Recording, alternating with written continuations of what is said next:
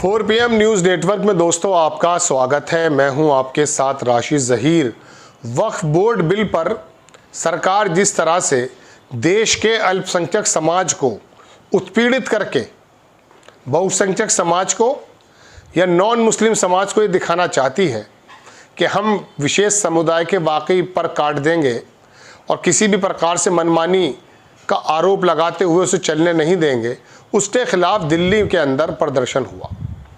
उसमें समाजवादी पार्टी के अखिलेश यादव के कज़िन वगैरह भी थे, धर्मेंद्र यादव और असदुद्दीन ओवैसी और तमाम मुस्लिम पर्सनल लॉ बोर्ड और all India Muslim personal law के अलावा जमीयतुल उलमा सब लोग वहाँ शामिल हुए और मुस्लिम क़यादत करने वाले सब लोग शामिल हुए। मैं आपको एक के बाद एक तस्वीरें दिखाता चला जाऊँगा और उन्होंने अपनी अपनी बात रखी। सवाल ये नहीं है कि वहाँ पर एक समाज इकट्ठा हो गया, सवाल ये है कि जब आप के सामने कोई इलेक्शन चुनाव की प्रक्रिया आती है तो आप भारत के 20% कहते तो 14 हैं, लेकिन बहरहाल एक बहुत बड़े दूसरे सबसे बड़े वर्ग को अट्रैक्ट करने में लग जाते हैं। क्या उनका एक बुनियादी मसला सही या गलत वो बात अलग है। अगर वो अपनी बात रखना चाहते हैं और जेपीसी से भी जो है पास हो चुका है और जो है पास करने की तैयारी में सरकार है, उसके ख़िलाफ़ अगर मुस्लिम समुदाय के तमाम प्रतिनिधित्व करने वाले लोग आते हैं तो क्या जैसे इंडिया गठबंधन बना था, राहुल गांधी कांग्रेस समर्थन दिया है, लेकिन जिस हिसाब से वहाँ मुस्लिम के लीडरान थे वहाँ, इस तरह से आप एक देश की बड़ी समस्या मानते हुए वहाँ जमा नहीं हो सकते थे, आप दिखा नहीं सकते थे। अभी दलितों का कोई मसला हो जाए, अब चूँकि दलित समाज जो है काशीराम ने थोड़ा सा समेट लिया था, लेकिन बाकी देश के अंदर थोड़ा बिखरा हुआ है, उनके अपने पर्सनल प्लेटफॉर्म नहीं है। लेकिन उत्तर प्रदेश हो, महाराष्ट्र हो, पंजाब हो, बंगाल, दलित के बच्चे के साथ कुछ हो जाए, सारे के सारे नेता वहाँ पहुँच जाएंगे। मैं आपको एक बात बताना चाहता हूँ, जब सच्चर कमेटी की रिपोर्ट ये कह चुकी कि मुसलमान का जीवन यहाँ दलित और जानवरों से भी बदतर है, तो आप उनके इश्यूज़ में अगर इकट्ठे होकर साथ आ जाएं तो दिक्कत क्या है। ममता बनर्जी रात दिन चीखती हैं, 30% मुसलमानों का वोट वहाँ पर लेती हैं, यहाँ तो उनका कुछ नहीं बिगड़ता। कांग्रेस के राहुल गांधी लोकसभा के अंदर, बिल्कुल मैं उसकी तारीफ भी कई बार कर चुका, वहाँ मुस्लिम मुद्दे पर बोले हैं, जबकि हम ये सुनते हैं ख़बरों में कि कांग्रेस के जो बड़े बड़े बुद्धिजीवी जो राहुल गांधी को घेरे हुए हैं, वो मुसलमानों के बारे में बोलने की बचने की सलाह देते हैं। वजह उनकी यह है कि देश में भारतीय जनता पार्टी ने कैसा माहौल खड़ा कर दिया कि अगर किसी विशेष समुदाय की बात की जाएगी तो उसका जो बहुसंख्यक समाज या नॉन मुस्लिम समाज जो वोट देता वो हट जाएगा। क्या इतना ज़्यादा बेईमान समझ रखा है देश के वोटर को आपने? इसमें कोई दो राय नहीं कि एक बहुत बड़ा जंक इसी तरह का धार्मिक पशु बन चुका है। लेकिन आप चाहे मदरसे में बैठ जाएं या चर्च में चले जाएं या फिर कहीं भी चले जाएं, वो आपको छोड़ेगा नहीं, वो आपको पकड़ेगा। आपने देखा होगा राहुल गांधी जब यात्रा कर रहे थे, स्मृति ईरानी का कैसा दर्द उभरा था। अरे इतनी तो निर्लजता ना दिखाते, वहाँ चर्च पड़ा था, वहाँ मिल लेते, है ना, यही बात सुनने में थी ना, आई थी ना आपके। तो ये तो अगर मिसाल के तौर पर किसी मज़ार या किसी चर्च के पास से राहुल गांधी गुजरे और उन्होंने वहाँ पर सलाम नहीं किया, उसको भी मुद्दा बना लेंगे। और यहाँ तो मुद्दा बहुत बड़ा बना दिया जाता है कि साहब देखिए ये तुष्टिकरण के लोग हैं, मुसलमानों की बात कर रहे हैं, हम 140 करोड़ लोगों की बात करते हैं, ये सिर्फ मुसलमानों की बात करते हैं। अब ये वक्फ बोर्ड अगर मुसलमानों का आए तो उसमें कसूर क्या है साहब उनका? रूबिका लियाकत ने जब मोदी जी से चुनाव से पहले ये पूछा कि मैं मुस्लिम समाज से आती हूँ, शब्द मेरे हैं लेकिन कुछ इसी तरह की बात पूछी थी, काफ़ी मजाक भी बनी थी उसकी। उसने पूछा कि साहब उस समाज के बारे में आप क्या कहते हैं?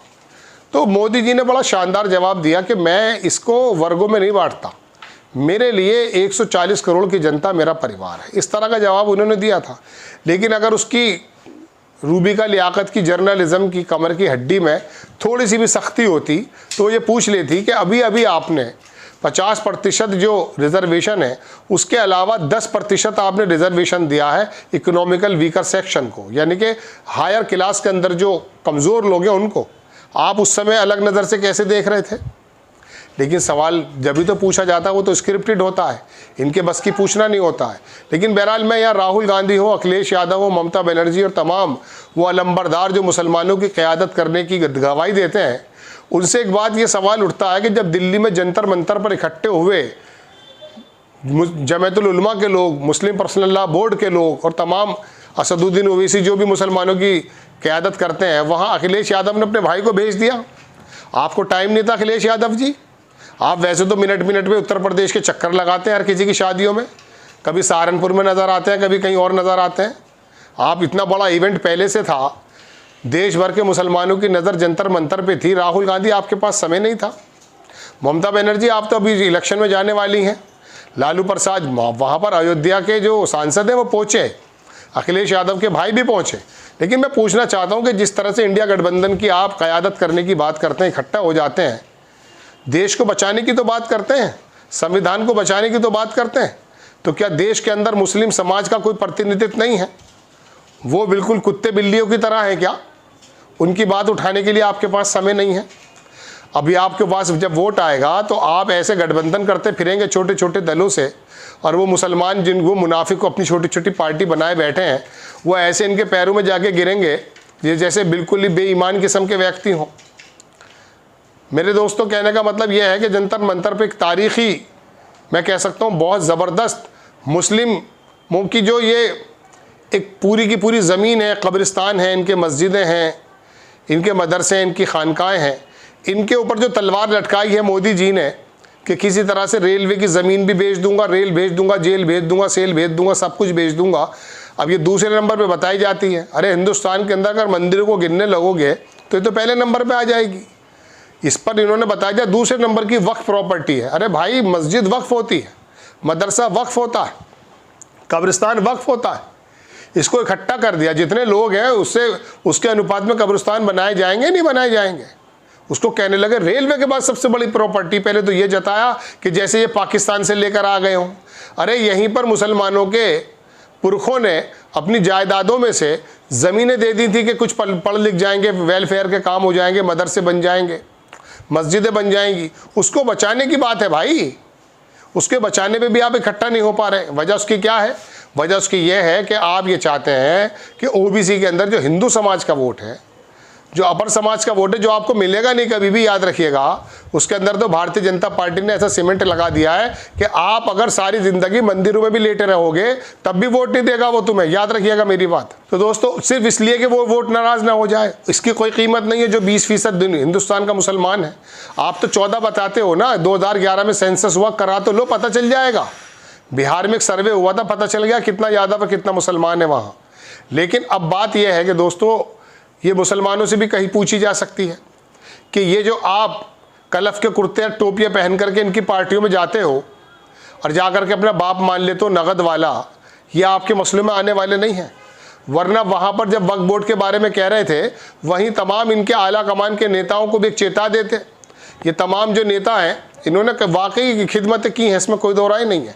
जमातुल उलमा का मौलाना महमूद मदनी अगर ये कह देता कि राहुल गांधी तुम्हें समय नहीं है, देवबंद के अगर मिसाल के तौर पे मोहद्दिम वहाँ पहुँचे, हालांकि वो पहुँचे नहीं होंगे, अगर वो कहते अखिलेश यादव से कि समय नहीं है तेरे पास भाई, इनकी नींदें उड़ जाती हैं, चूँकि इनकी बुनियाद 15-20% मुसलमानों पर टिकी हुई है।